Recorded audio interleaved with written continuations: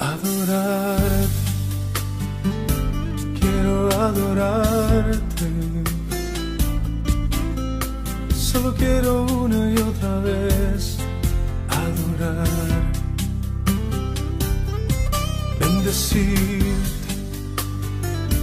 quiero bendecirte, hasta que no quede nada de mí. Yo quiero bendecir,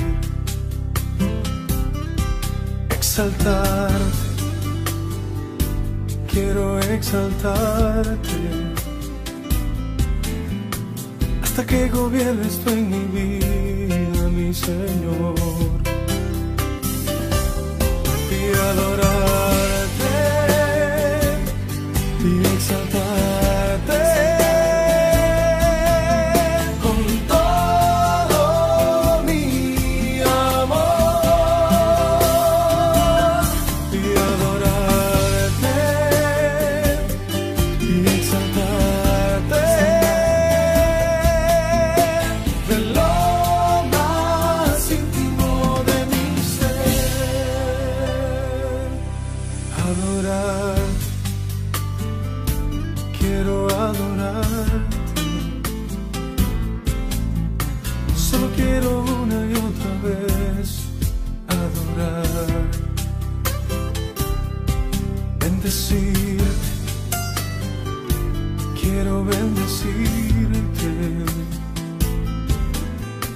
hasta que no quede nada de mí. Yo quiero bendecir y adorarte y exaltarte con todo mi amor, y adorarte y exaltarte de lo más íntimo de mi ser. Dios te bendiga en este mensaje de media semana. Espero que por la gracia de Dios estés todavía perseverando con Dios, caminando con Él, encontrando tus fuerzas en un Dios que anhela y desea fortalecerte y empoderarte. La vida cristiana Dios la hizo de tal manera que para que la vivamos con Él. No es nosotros viviéndola para Él, es caminando con el Señor. Él es la vid verdadera y nosotros ramas que reciben vida constante de Él para dar el fruto que Él desea darnos. Pero para hacer eso tenemos que mantener puesta nuestra mirada en el Señor, y de eso se trata el mensaje de hoy. Te invito al libro de Hebreos, el capítulo 12, y vamos a leer los primeros 2 versos. Puestos los ojos en Jesús. ¿Cómo hacemos eso? Dice así la palabra de nuestro Dios, en el nombre del Padre, del Hijo y del Espíritu Santo. Por tanto, nosotros también, teniendo en derredor nuestro tan grande nube de testigos, despojémonos de todo peso y del pecado que nos asedia, y corramos con paciencia la carrera que tenemos por delante, puestos los ojos en Jesús, el autor y consumador de la fe, el cual por el gozo puesto delante de él sufrió la cruz, menospreciando el oprobio, y se sentó a la diestra del trono de Dios. Dios bendiga su palabra. Vamos a orar. Padre, qué precioso es saber que necesitamos y anhelamos tener los ojos puestos en ti, amado Cristo. Pero Señor, para agradarte necesitamos tu apoyo, necesitamos tu ayuda para agradar a Dios. Así que en esta preciosa oportunidad habla nuestro corazón, muéstranos cómo podemos mantener nuestros ojos constantes, perseverantes, persistentes en ti, y recibir toda la bendición que tú quieres darnos, Señor, y poder mirar a tus ojos y recibir la bendición y el poder que necesitamos, así como la paz que también necesitamos. Ayúdanos, Señor, y llévate la gloria. Bendice a tu pueblo. En el nombre de Cristo Jesús. Amén. Amén y amén. Por décadas se decía que el hombre, el ser humano, jamás podría romper la barrera de los 4 minutos corriendo una milla. en los grandes deportes de pista y campo, siempre se decía, los doctores decían en aquellos tiempos, décadas atrás, que era humanamente imposible correr una milla en menos de 4 minutos. De hecho, podría ser hasta mortal. Ellos decían que aquellos que se acercaban demasiado corrían el riesgo de morir. Sus corazones no lo podrían soportar. Pero un inglés llamado Roger Bannister era un estudiante de medicina y su sueño era romper la barrera de los 4 minutos. Él sentía que era posible, que él lo podía hacer. Mientras más él aprendía de la medicina, llegaría a ser un famoso neurólogo. Pero cuando estaba estudiando en la Universidad de Oxford, él se dedicó a estudiar la mecánica de correr. Empezó a estudiar cómo él podía aumentar su velocidad, cómo él podía usar su cuerpo de tal manera más compacta que le permitiera romper eventualmente la barrera de los 4 minutos. Y en el 1956, Roger Bannister asombró al mundo cuando él registró un tiempo de 3 minutos, 59 segundos y un 0.04 fracción de segundo. O sea, él rompió la barrera y el mundo se quedó absorto. Él hizo lo que quería hacer. Hoy día miles de personas han roto, corredores mismos, han roto la barrera de los 4 minutos. De hecho, no se considera un corredor serio en términos olímpicos, a menos que pueda romper la barrera de los 4 minutos. Pero es interesante que cuando nosotros nos acercamos al libro del capítulo 12 del libro de Hebreos, nos habla de la vida cristiana como una carrera. De hecho, nos dice que la cualidad necesaria de los hombres y las mujeres de Dios para esta carrera es la perseverancia. Nos dice que tenemos que ser esforzados, pero nos dice también que debemos ser persistentes, que la vida cristiana es una carrera en la cual nosotros no podemos descalificarnos, no podemos rendirnos, no podemos soltar la toalla, porque el paso inexorable de la vida no espera por nosotros. Nosotros no somos en cierta medida inmigrantes que venimos a este mundo para quedarnos aquí. Somos peregrinos que caminamos la vida que tiene un principio y tiene un final.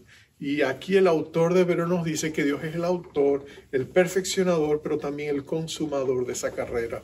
En otras palabras, Dios quien nos da el origen, es Dios quien nos llama al final de nuestros días. Y tenemos que persistir y tenemos que luchar. Y no podemos darnos por vencidos frente a las incertidumbres de la vida, los problemas o las dificultades de la vida. De hecho, cuando tú miras la vida de los grandes hombres y mujeres en el mundo entero, tú encuentras esa cualidad persistente, perseverante. Tú la encuentras en los grandes inventores de la antigüedad, como los grandes hombres pioneros de la industria moderna. De hecho, cuando tú miras la historia de los hombres y mujeres que marcaron la historia, vas a descubrir que cuando ellos comenzaban, los grandes expertos de sus días usualmente no pensaban que ellos iban a hacer los logros que últimamente alcanzaron.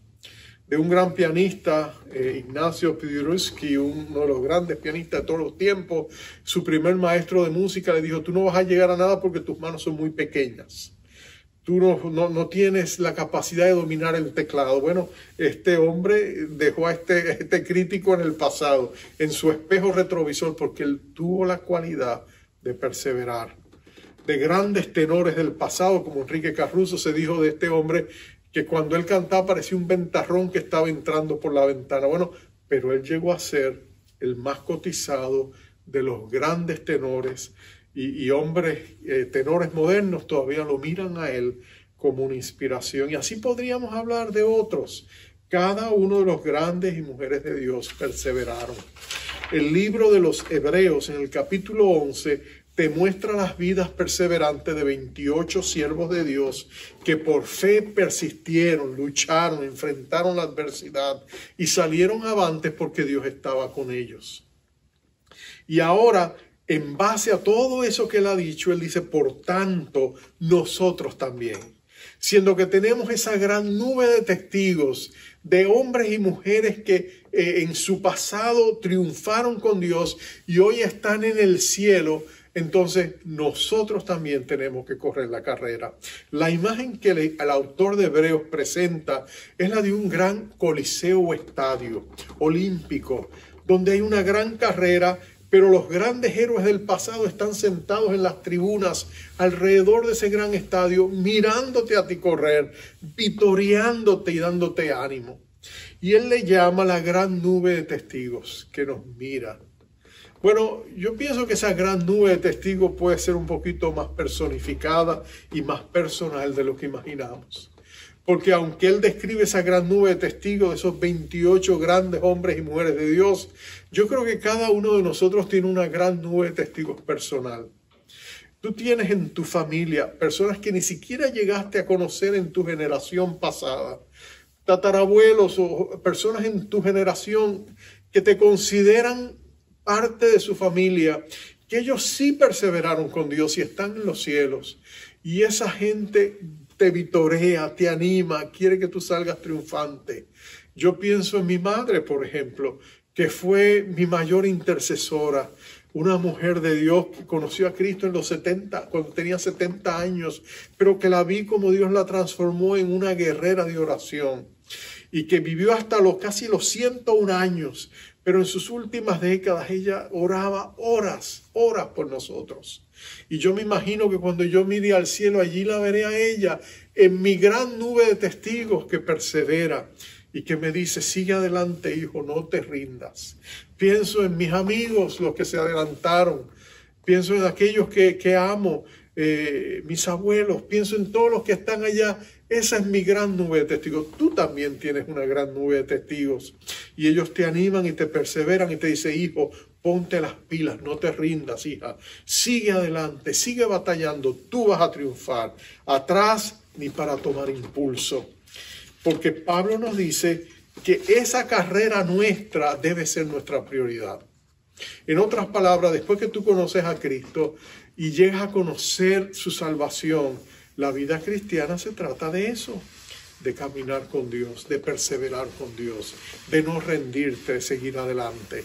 Y Pablo resume la clave de esa perseverancia en una frase. Él dice, para tú lograrlo, para tú perseverar, tienes que mantener los ojos puestos en la meta. Grandes corredores del pasado perdieron importantes carreras, aún los más famosos, porque por un momento, por un instante, quitaron la mirada de la meta. Y él dice, no, puestos los ojos en la meta. ¿Y quién es esa meta? La meta es Jesús. Y él dice, puestos los ojos en Jesús. Jesús que es nuestro camino, puestos los ojos en Jesús. Jesús que es nuestro gran y supremo llamamiento, puestos los ojos en Jesús. Jesús que es nuestra meta y nuestro gran galardón, puestos los ojos en Jesús. Tienes que poner los ojos en Jesús. Pero lo interesante de esa expresión, poner los ojos en Jesús, hay dos cosas sobresalientes del idioma griego en que he escrito las palabras que se usan. La primera es que da la impresión de que poner los ojos en Jesús es literalmente poner toda la atención en Él. En otras palabras, la palabra es fuerte, es como clavar los ojos en Jesús, es fijar los ojos en Jesús, dicen otras versiones. En otras palabras, tienes que mirar a Jesús y mantener la mirada puesta en Él. No puedes dar lugar a distracciones. De hecho, en tu carrera, Él comienza diciendo, quítate todo peso que te sirve de tropiezo. Todo lo que te impida mantener puesta la mirada en Jesús. Todo estorbo, toda distracción, por todo a un lado, pero mantén tu mirada puesta en Jesús. Esa es la clave. Pero también en la misma palabra griega que se utiliza para hablar de fijar los ojos en Jesús, da la impresión de que para poderlo hacer tienes que quitar los ojos de otra cosa. En otras palabras, solo podemos poner los ojos en Jesús si quitamos nuestra mirada de otras cosas. ¿Cuáles son las cosas de las cuales tenemos que quitar nuestra mirada? Yo te voy a sugerir varias.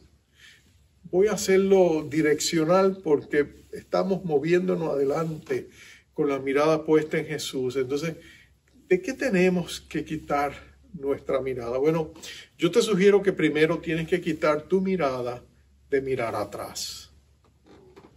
Quita tu mirada de tu pasado. Quita tu mirada de tus errores pasados. Quita tu mirada de todo aquello que está detrás de ti y que no puedes cambiar. No permitas que el pasado se convierta en tu verdugo.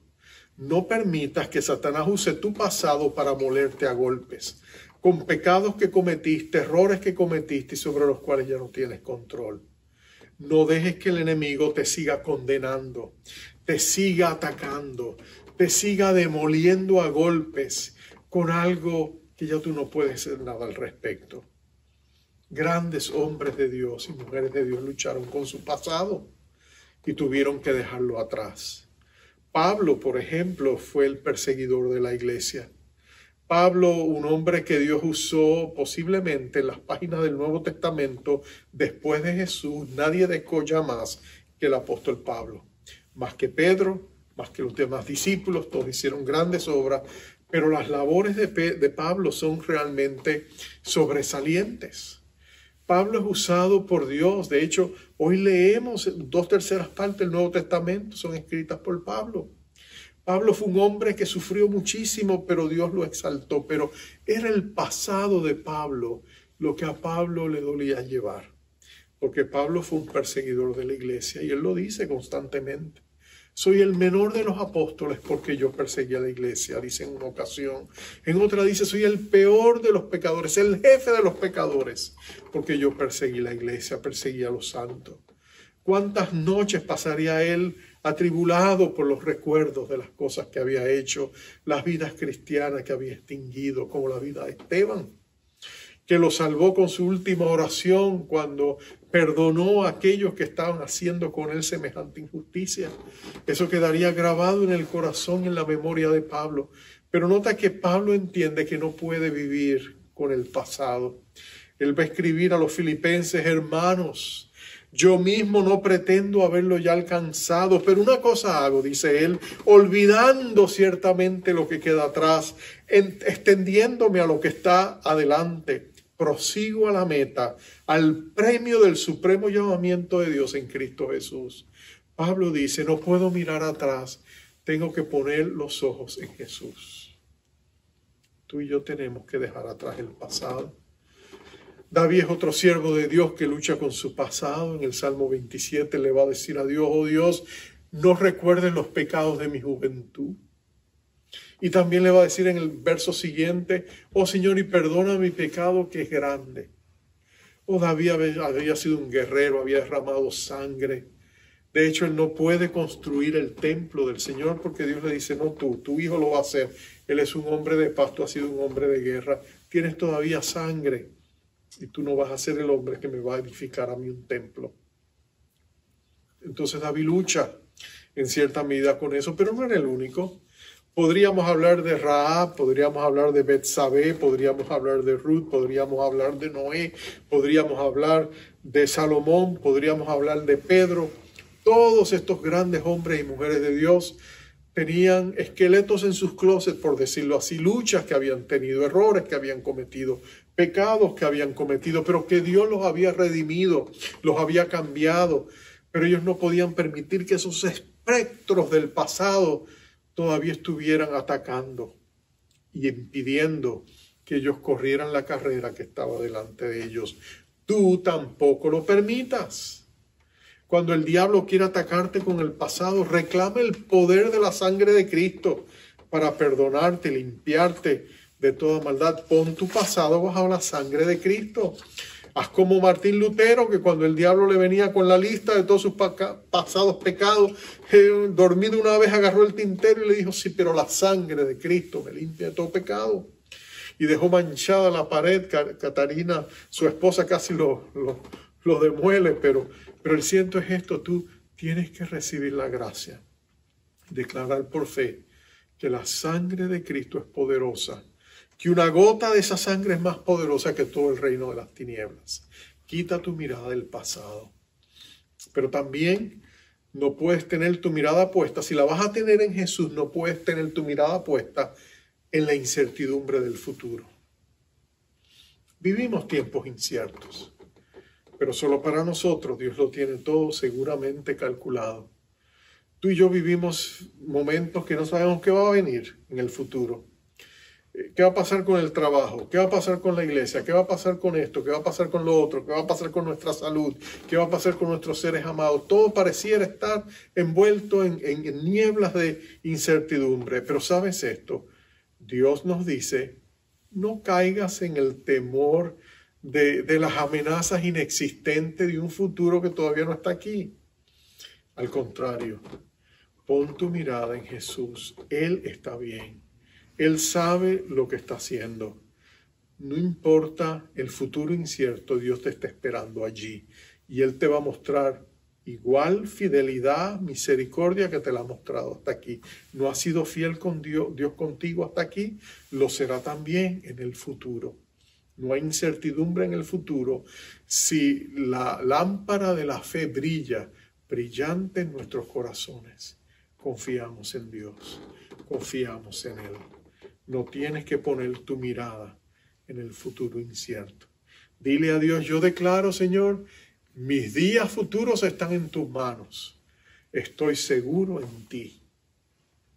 Tercero, quita los ojos de lo que te rodea. No mires atrás, no mires al futuro incierto, pero tampoco pongas la mirada, no te distraigas con lo que está pasando alrededor tuyo. A veces a nuestro alrededor hay problemas, ¿no es cierto? Hay tormentas, hay torbellinos, hay dificultades, hay situaciones adversas y nosotros podríamos muy bien poner nuestra mirada en esas tormentas y hundirnos en la desesperación, pero tienes que hacer lo que Pedro no hizo. Tienes que poner tu mirada en Jesús para caminar sobre esas aguas. Si quitas tu mirada de Jesús como Pedro te hundes, pero si tú pones tu mirada en Jesús en medio de la adversidad, tú vas a salir adelante frente a los problemas, los desafíos, las dificultades, porque Dios es tu ayudador. Nota que nuestro Señor nos dijo en Isaías 41:10, no temas porque yo estoy contigo, no desmayes, yo soy tu Dios que te doy las fuerzas, yo te esfuerzo. Y entonces mira dos promesas eternas, siempre te ayudaré, siempre te sustentaré con la diestra de mi poder, de mi justicia. Solo Dios puede decir siempre. Tú y yo podemos decir a lo mejor, tú y yo podemos decir casi siempre, tú y yo podemos decir casi nunca, pero tú sabes que nosotros no tenemos la facultad de hablar de manera absoluta del porvenir, ¿no es cierto? Pero Dios sí puede, porque Él es Dios y Él dice, siempre te ayudaré, sin excepción. ¿Tienes un problema? Clama a mí, yo te responderé, siempre te ayudaré. ¿Tienes dificultades? ¿Te sientes desfallecer? ¿Sientes que no avanzas más? Dios te dice, no, yo te sustentaré. Siempre te sustentaré. ¿Te faltan las fuerzas? Yo te sostendré. Son un absoluto dual que Dios nos dice, siempre te ayudaré, siempre te sustentaré. Por lo tanto, no tienes que mirar a las cosas y los problemas que están alrededor. Pon tu mirada en Jesús. Él es el buen pastor de las ovejas. Él es nuestro buen pastor. El bien y la misericordia nos siguen donde quiera que vamos. Aun si nos vamos por el camino equivocado, el bien y la misericordia de Dios nos persiguen, nos agarran y nos vuelven a poner en el camino. Porque Dios es bueno, porque Dios es fiel. Él es el buen pastor. Confía en su amor. Haz lo que las ovejas hacen. Tú no ves una conferencia de ovejas que están decidiendo cómo van a encontrar aguas o cómo van a proveer alimento o van a hacer una campaña de protección, montar una especie de grupo de vigilancia para protegerse de los depredadores. No hacen nada de eso. ¿Por qué? Porque el pastor hace todo eso por ellas. Ellas confían en su pastor. Tú pon la mirada en Jesús, Él te va a guiar, Él te va a proveer, Él te va a decir lo que tienes que hacer, te va a dar dirección, te va a dar guianza. Pon tu mirada en el Señor. No pongas tu mirada en los problemas que están alrededor tuyo. Declara tu fe, dale voz a tu fe en esos momentos de adversidad. David lo hacía todo el tiempo. Jehová es mi luz y mi salvación, ¿a qué temeré? Jehová es la fortaleza de mi vida, ¿de quién he de atemorizarme? Esto sé que Dios está por mí. En el día que temo, yo en ti confío. Esas son las palabras de David. Tú eres mi amparo, mi fortaleza, mi pronto auxilio en la tribulación. Tú eres mi luz y mi salvación, la fortaleza de mi vida. Todas esas promesas son dadas por David porque él sabía que su mirada tenía que estar puesta en Dios. A veces lo que está alrededor nuestro no son problemas, son gente, ¿no es cierto? Tenía una compañera en la Universidad Noruega que su tío noruego tenía un dicho y le decía, yo no tengo problemas, yo tengo gente.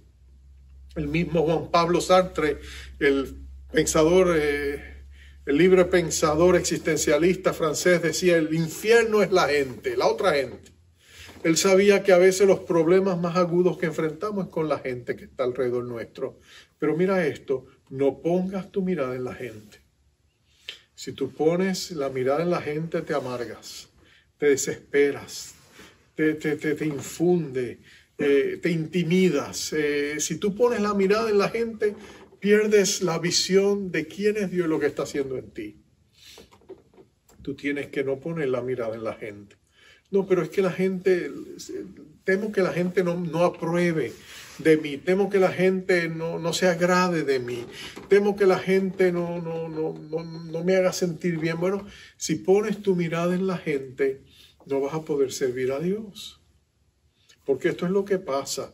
Cuando tú pones tu mirada en Dios y Dios empieza a obrar en ti, Dios te lleva del techo de tus limitaciones al primer piso y segundo piso y tercer piso de la omnipotencia de Dios. En otras palabras, como David, tú no tienes límites porque Dios hace lo imposible a través de ti.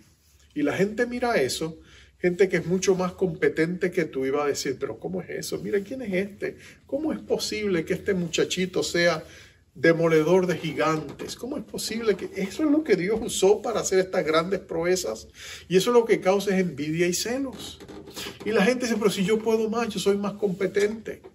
Porque ellos no entienden el quehacer de Dios en la vida de gente que se humilla delante de Él. Pero tú no mires a la gente, porque cuando tú miras a la gente y quieres agradarle, entonces tú tienes que entrar en el mundo de encajar en su visión de mundo, que quizás no es la visión de mundo que Dios tiene para ti. Pero tú tienes que quitar la mirada de la gente y poner los ojos en Jesús. Y decirle, bueno, Señor, quizás no me comprenden, pero yo confío en ti. Y Señor, quizás me envidian, yo los perdono, pero yo pongo mi mirada en ti. Señor, quizás me antagonizan, pero sabes que yo pongo mi mirada en ti. Porque, Señor, ¿a quién más puedo ir sino a ti? Entonces, cuando la gente alrededor tuyo te critican o te rechazan o quieren volverte a tu lugar donde tú seas como todos ellos son, no lo permitas. Pon tu mirada en Jesús. Y finalmente, para poner la mirada en Jesús tenemos que hacer algo más. Tenemos que quitar la mirada de nosotros mismos. Y a veces eso es lo más difícil, ¿no es cierto? Porque tú te miras en el espejo de tu conciencia y inmediatamente tú ves tus faltas. Tú sabes que Jesús reveló una gran verdad cuando dio la parábola de aquellos dos hombres que oraban en el templo, porque mostró los extremos de las dificultades que nosotros tenemos cuando tratamos de orar y conectarnos a Dios. Él dio una ilustración, una parábola de dos hombres. Uno era un fariseo y el otro era un publicano recaudador de impuestos. El fariseo es autosuficiente, pero el publicano se siente insuficiente. Uno lucha con el orgullo, el otro lucha con la vergüenza. Pero ambos son obstáculos cuando tú te acercas a Dios. La persona autosuficiente de pronto descubre de que pues no puede recibir la ayuda de Dios. De hecho, Dios escucha sus oraciones, pero no les presta mucha atención. Del fariseo Jesús dice que él oraba consigo mismo, porque la oración de él era arrogante. Él decía, Señor, gracias que te sacaste en la lotería, estoy parafraseando, cuando me hiciste tu siervo, porque la verdad es que mira, yo soy lo mejor que te ha pasado a ti, Señor. Yo no soy como esos publicanos, no soy como aquellos otros, yo hago esto, yo hago lo otro. Mis obras son impresionantes, mis credenciales son impecables, Señor, te sacaste de verdad la lotería conmigo. Y nota que Dios no le presta atención. Dios, porque la arrogancia, la altivez, dice que al altivo Dios lo mira de lejos. La persona autosuficiente no necesita de Dios y siempre estará limitado por su potencial humano, porque nunca será un canal de lo imposible, porque Dios no le va a usar. Pero nota al otro lado, allí está el publicano, él lo arropa la vergüenza, él no puede ni levantar su mirada a los cielos. Cuando mira al cielo, él baja otra vez la mirada y dice, perdóname, Señor, ten misericordia de mí. Él se siente tan insuficiente. Tú sabes que hay tantos cristianos que no oran porque se sienten apenados de ir a Dios. Es como si estuvieran poseídos o llenos de un espíritu de orfandad. No se atreven a mirar al cielo y decirle, papá, porque sienten pena, vergüenza. Pero nota que también eso es un obstáculo porque tenemos puesta la mirada en nosotros. Tenemos que cambiar la mirada de nuestra vergüenza o de nuestra autosuficiencia y ponerla en Jesús. Ponerla en Jesús. David era un hombre conforme al corazón de Dios. La expresión hebrea literalmente dice un hombre que va tras el corazón de Dios. ¿Sabes por qué David era así? Porque David se sentía insuficiente. David sabía que necesitaba la gracia abundante, la constante misericordia de Dios en su vida. Y David siempre estaba corriendo tras Dios con 2 cubos para que Dios se los llenara de misericordia. Busca la palabra misericordia en los salmos de David y siempre la vas a encontrar en casi todos sus salmos. ¿Por qué? Porque David reconoce que él necesita la misericordia de Dios. Así que él buscaba a Dios para que Dios le llenara el cubo. Señor, ten misericordia de mí. Perdóname, Señor, levántame, Señor, restáurame, Señor, mi confianza está en ti, Señor, aún en medio de mis problemas. David había aprendido a quitar sus ojos de sí mismo y ponerlos en Dios. Y por eso Dios se agradaba tanto de David. Dios se agradaba tanto de David porque él sabía que David lo miraba a él, lo buscaba a él, recibía de él gracia, misericordia y paz. Hermanos, en esta pandemia, qué difícil ha sido mantener puestos los ojos en Jesús, ¿no es cierto? Miramos lo que está alrededor nuestro, miramos el sufrimiento de otros, miramos las luchas que hay, miramos el futuro incierto, miramos un pasado que nos sigue persiguiendo, errores y cosas del pasado, o nos miramos a nosotros mismos en el espejo de nuestra conciencia y vemos nuestras faltas y lo que nos falta todavía para ser como Jesús. Pero ¿sabes qué? Cuando tú mantienes tu mirada en Jesús, 2 cosas pasan. Segundo, en ese espejo eres transformado, mirando a cara descubierta como en un espejo la gloria del Señor. Somos transformados de gloria en gloria por el Espíritu del Señor. Mirando a Jesús nos parecemos a Él. Somos cambiados y transformados. Pasando tiempo con Jesús, realmente es que Dios nos hace que nos parezcamos a Él. Y lo otro es, cuando tú miras y pones los ojos en Jesús, Él cruza su mirada contigo. Y cuando tú miras en los ojos de Jesús, tú recibes gracia, misericordia y paz. Tú recibes su amor. Y cuando tú pruebas ese amor, tú lo quieres recibir. Y lo quieres seguir recibiendo a baldes, como olas que constantemente vengan sobre ti. Pablo decía que su mayor deseo era conocer a Cristo, el poder de su resurrección. Pero a los efesios también les dice, y tener el conocimiento de Cristo. Yo quiero seguir conociendo a Cristo, el conocimiento de Cristo que excede todo otro conocimiento, y conocer la anchura, la longitud y la profundidad de su amor. Para él conocer a Cristo era conocer su amor, y conocer el amor de Cristo que excede todo conocimiento. Ese amor precioso y maravilloso que es más profundo que lo que tú y yo pudiéramos imaginar, cualquier océano. Ese amor es lo que tú y yo necesitamos. Y cuando tú y yo miramos a Jesús, ahí es donde nosotros entendemos que de tal manera Jesús nos amó, que fue a la cruz, menospreciando el oprobio y la vergüenza de aquella muerte cruenta, para sentarse a la diestra del Padre. Y lo hizo todo por ese gran amor que te tiene. Y cuando tú pones tus ojos en Jesús, tú recibes ese amor. Vamos a orar y vamos a abrir nuestro corazón. Y vamos a pedirle a Dios que al poner nuestra mirada en Él, su amor nos sustente y nos sostenga y podamos perseverar.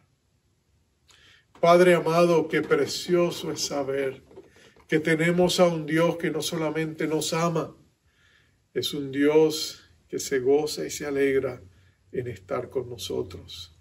Tú dijiste, Señor Jesús, y prometiste, si vosotros guardáis mis mandamientos, mi Padre os amará y vendremos, dijiste tú, y haremos nuestra morada con Él o con ella. Y Señor, estamos aquí en ese lugar donde anhelamos poner nuestra mirada en ti y correr la buena carrera que tú has puesto delante de nosotros. En el poder de tu Espíritu, Señor, te necesitamos. Ayúdanos a mantener puesta la mirada en Jesús, no mirando atrás, no mirando a los lados, no mirando al frente, ni siquiera ese futuro incierto que está delante de nosotros, ni siquiera mirándonos a nosotros mismos o a otros, mirándote a ti, Señor. Y lo más precioso de todo, Señor, es que cuando te pedimos tu ayuda para mantener puesta en ti la mirada, tú nos das la persistencia, la perseverancia, tú nos das el dominio propio, tú nos das la mansedumbre para persistir y luchar hasta prevalecer. Como Jacob prevaleció contigo allí en Peniel, queremos nosotros prevalecer con la mirada puesta en Jesús, el autor y consumador de nuestra fe. Ayúdanos, Señor, en esta preciosa oportunidad. Dejamos atrás las cosas del pasado, dejamos atrás el futuro incierto, dejamos a un lado las cosas, las cargas que llevamos, los problemas y las dificultades, las ponemos en tus manos. La gente que nos amarga, las ponemos en tus manos. Aún nosotros mismos nos ponemos en tus manos, pero nuestra mirada es tuya. La ponemos en ti, en Cristo Jesús, el autor y consumador de nuestra fe. Gracias, Señor. En Cristo Jesús. Amén. Amén, amén.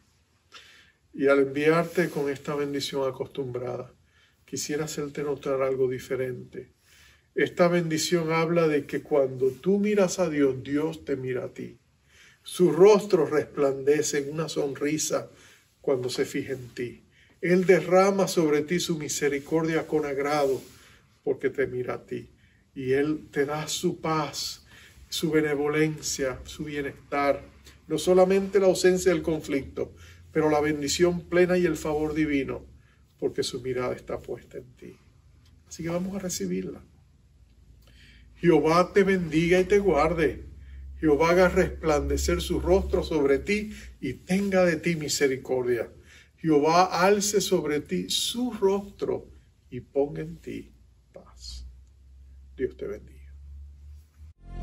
Pondré mi vista tan solo en Cristo, oyendo siempre su tierna voz.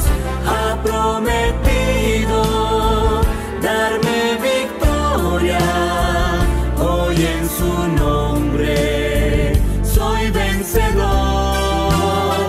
Pondré mi vista en el confiado, aunque sea ruda la tempestad. Si en él confío, tendré victoria, pues su palabra no fallará. Mirando a Jesús, siempre gozo del perdón. Mirando a Jesús, siento el fuego de su amor. Mirando a Jesús, tendré paz y santidad. Venceré si miro a Jesús. Mirando a Jesús, siempre gozo del perdón. Mirando a Jesús, siento el fuego de su amor. Mirando a Jesús, tendré paz y santidad. Venceré si miro a Jesús.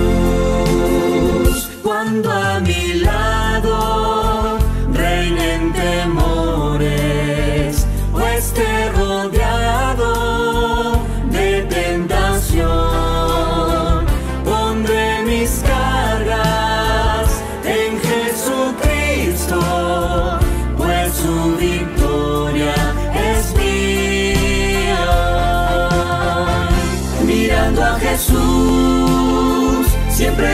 gozo del perdón. Mirando a Jesús, siento el fuego de su amor. Mirando a Jesús, tendré paz y santidad. Venceré si miro a Jesús. Mirando a Jesús, siempre gozo del perdón. Mirando a Jesús, siento el fuego de su amor. Mirando a Jesús, tendré paz y santidad. Venceré